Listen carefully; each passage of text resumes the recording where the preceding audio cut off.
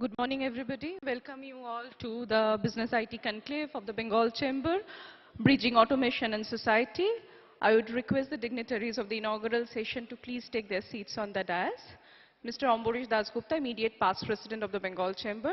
Mr. Arnab Basu, chairperson IT Committee of the Bengal Chamber. Mr. Jonathan T. Ward, principal commercial officer, US Consulate in Kolkata. Dr. Krishna Gupta, IAS, Principal Secretary, Information Technology and Electronics Department of Government of West Bengal. Mr. Ajay Chaudhary, Founder, HCL. Mr. Debashish Basu, Co-Chairperson, IT Committee of the Bengal Chamber. And Mr. Sanjay Sen, Co-Chairperson of IT Committee of the Bengal Chamber.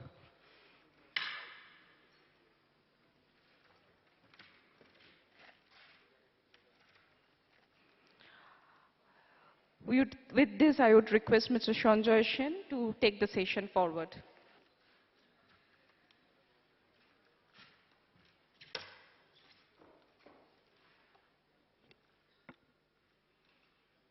Good morning. Very good morning. Very good morning, ladies and gentlemen. With great pleasure, let me start this session. May I request Mr. Ambarish Dasgupta, immediate past President, Bengal Chamber of Commerce, to kindly deliver the welcome address.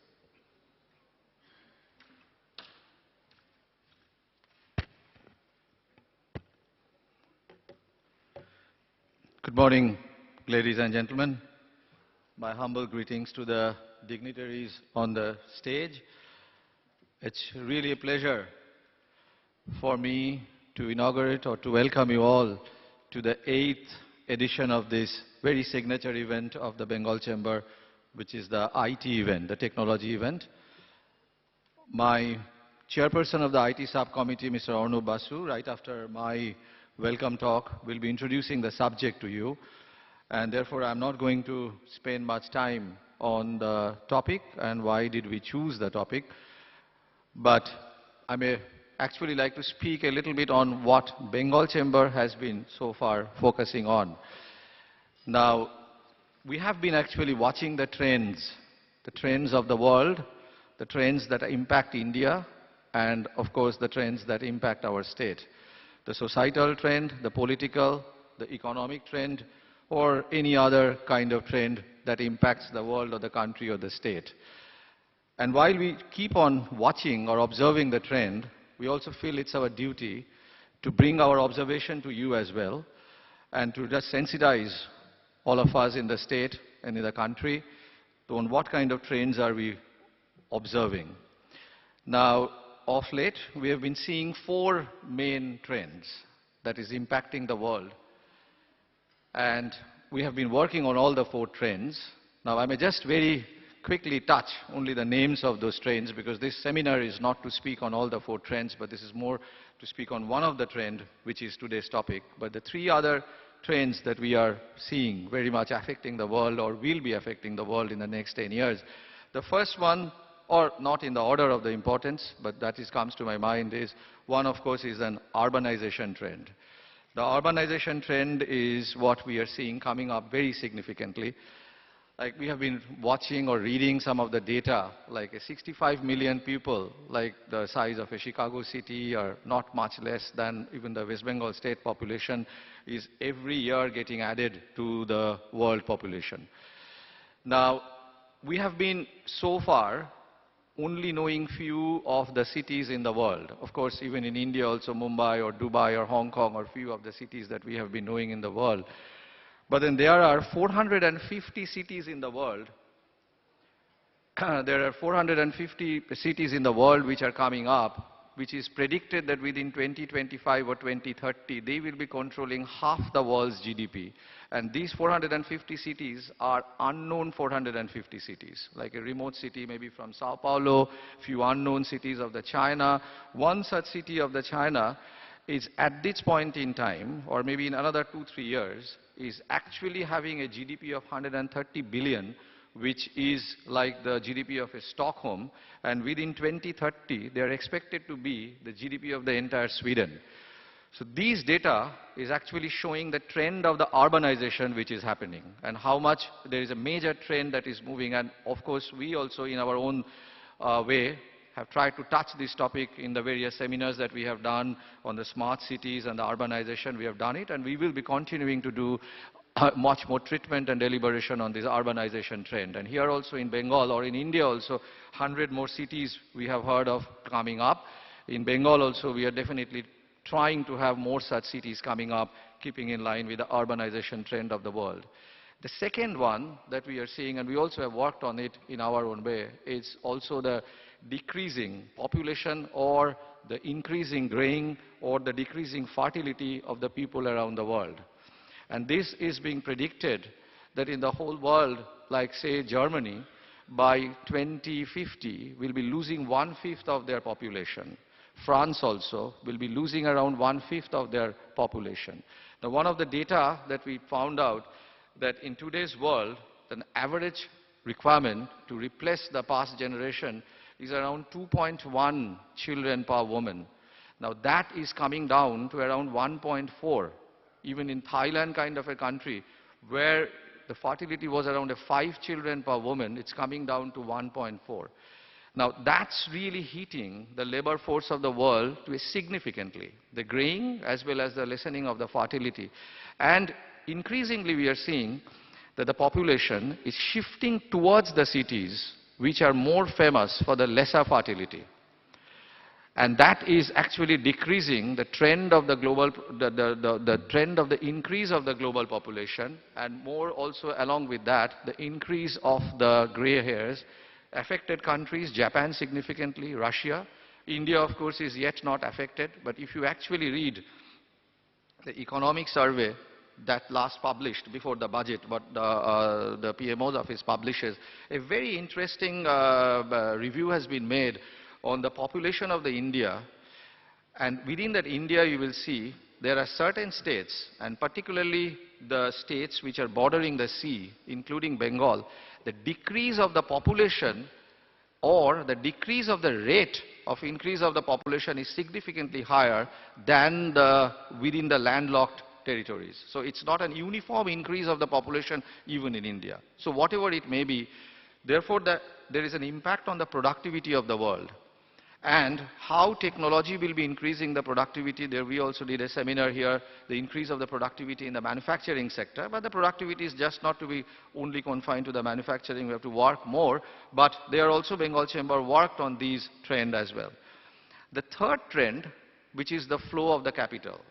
It's a trend which is we are observing that the flow of the capital, flow of the people, or flow of the goods, which is shifting its direction from the west to the east and to the south.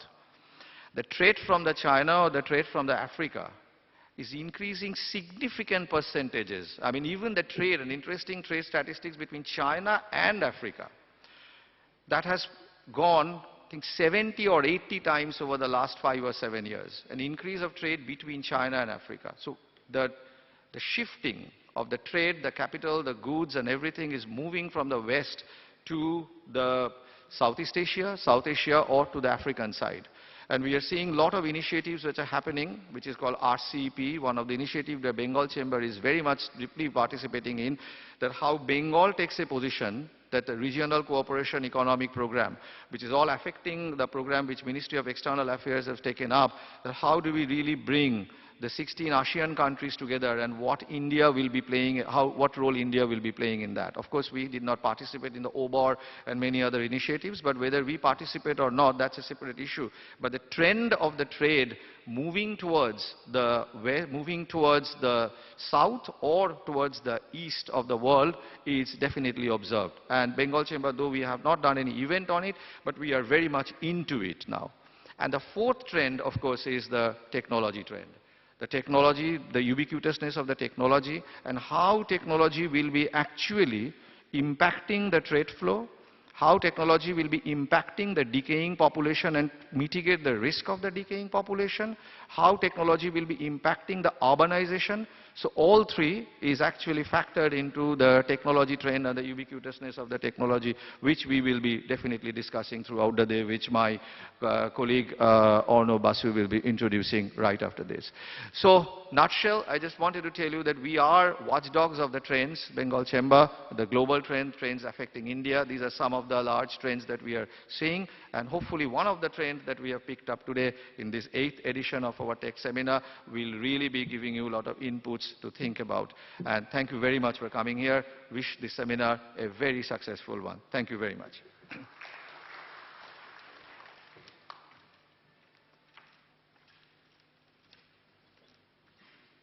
Thank you, Mr. Dasgupta. May I request Mr. Arno Basu, Chairperson, IT Committee, Bengal Chamber of Commerce, to set the agenda.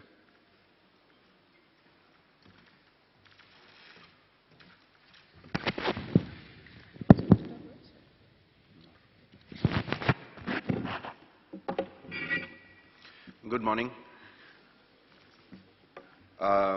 It's a pleasure, ladies and gentlemen, to be here. Bengal Chamber has, obviously, as Mr. Dasgupta said, been at the forefront of the emerging trends of business, and technology has been a key game changer for us, not only in India but across the globe. Today, we obviously have a very esteemed panel which will give the initial address.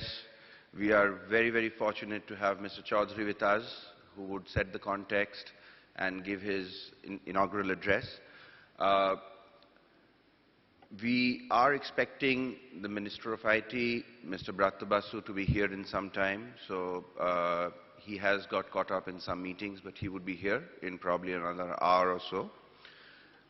Coming back to today's session, emerging technologies has, been capturing our imagination, attention of our business leaders, attention of the society.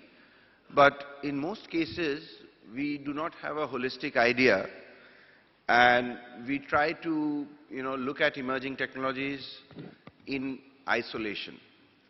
And as we look at the trends which have been, coming up, as we look at the trends which have been coming up over the last few years, we have seen that many organizations have jumped into emerging technology without having a holistic plan of what they are trying to achieve. And what that has done is it has been seen in isolation. We have had pockets of excellence which has been built up, and the emerging technology trends have kept evolving. So something which was emerging in 2013-14 is now very commonplace. Now we are talking of new technologies which are coming in. Over the years, the IT committee in Bengal Chamber has been focused on bringing these emerging trends to the overall society and having a discussion, deliberation on how these can be viewed, what are the impacts which are being brought in. This year, we looked at what we have been talking about in the last 3-4 years. So in 2013, we had mobility as a central topic. In 2014, we looked at analytics.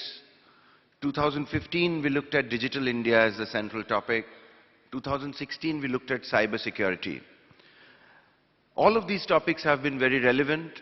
They have also become very commonplace now. When we look at mobility, when we look at analytics, when we look at digital, very, very relevant, very, very commonplace. Cyber, not so commonplace, but definitely very relevant.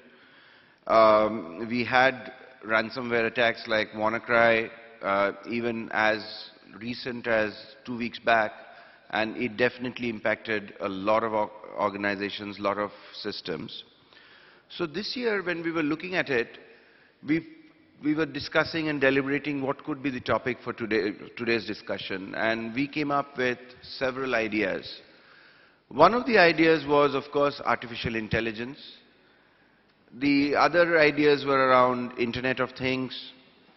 Now, when we looked at all of these, one of the primary thoughts in our mind was that let's not look at only these technologies in isolation, but let's look at these technologies and look at this technology's impact on the society. In most cases, we look at a technology at a theoretical, subject of discourse. We don't look at the actual impact they are bringing onto society. So today's discussion, ladies and gentlemen, is more around the impact on society, how technology is impacting the Indian society in general, what is it doing on our economy, on our everyday life. When we looked at some of the technologies in terms of which are working on automation, obviously artificial intelligence was one of the topics. We also talked of augmented reality.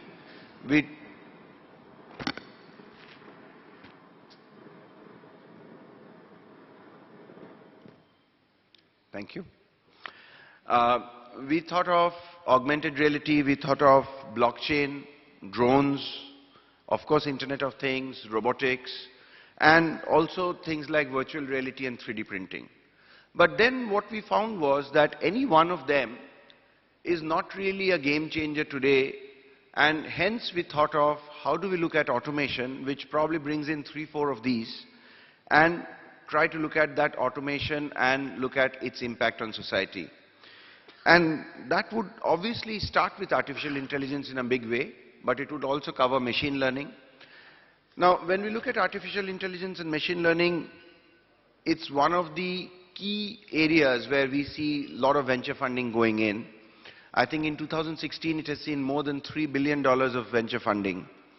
And today there are practical applications of it, like, robotics process automation, where RPA has been brought into areas like finance, has been brought into areas like marketing, and it is getting quite commonplace now.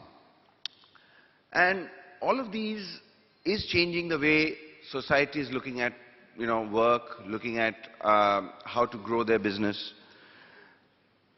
We talked of the population growth. Mr. Dasgupta talked of the population growth, rapid urbanization. Now, one of the thoughts which is coming in many people's mind is, for a large number of time we have been talking of population being a key, strength for us, the population growth compared to the Western countries. Now, as we look at, the changing technology, what we are seeing is, and this is something which Gartner has been predicting for some time, that probably 10 to 15% of the IT hires which would come in now would mostly be working on writing scripts for robotics automation.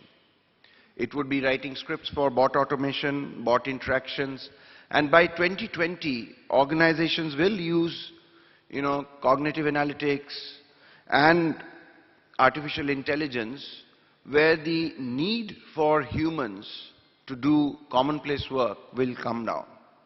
And obviously we would have to see a rapid redeployment, a rapid reskilling program, which of course our government has been thinking of, which would look at reskilling these people into other more complex work. This workforce change is something which is very, very critical for us today. And it's again related to automation. It's related to the way our society looks at automation, not only in terms of automation which is bringing in comfort to us, but automation which can change the way we work, change the way our workforce is deployed. So as we go into that today, we would be talking and listening to several of the esteemed speakers who would be talking on artificial intelligence, around robotics process automation, around machine learning, but essentially trying to bring all of them together to say how automation will impact our society. And that's the agenda for the day. I hope that you like the discussion. We would like it to be very, very interactive. We have kept time for you to have interactions with the esteemed speakers.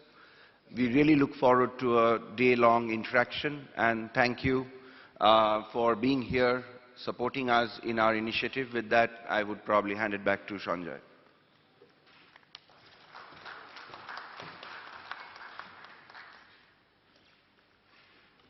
Yeah, thanks, Arnab. May I request now Mr. Jonathan Ward, Principal Commercial Officer, U.S. Consulate, Kolkata, to provide a perspective on cross-border investments with focus on USA. We are hearing there are a lot of discussions on US and their policies. So may I request Mr. Jonathan Ward, please.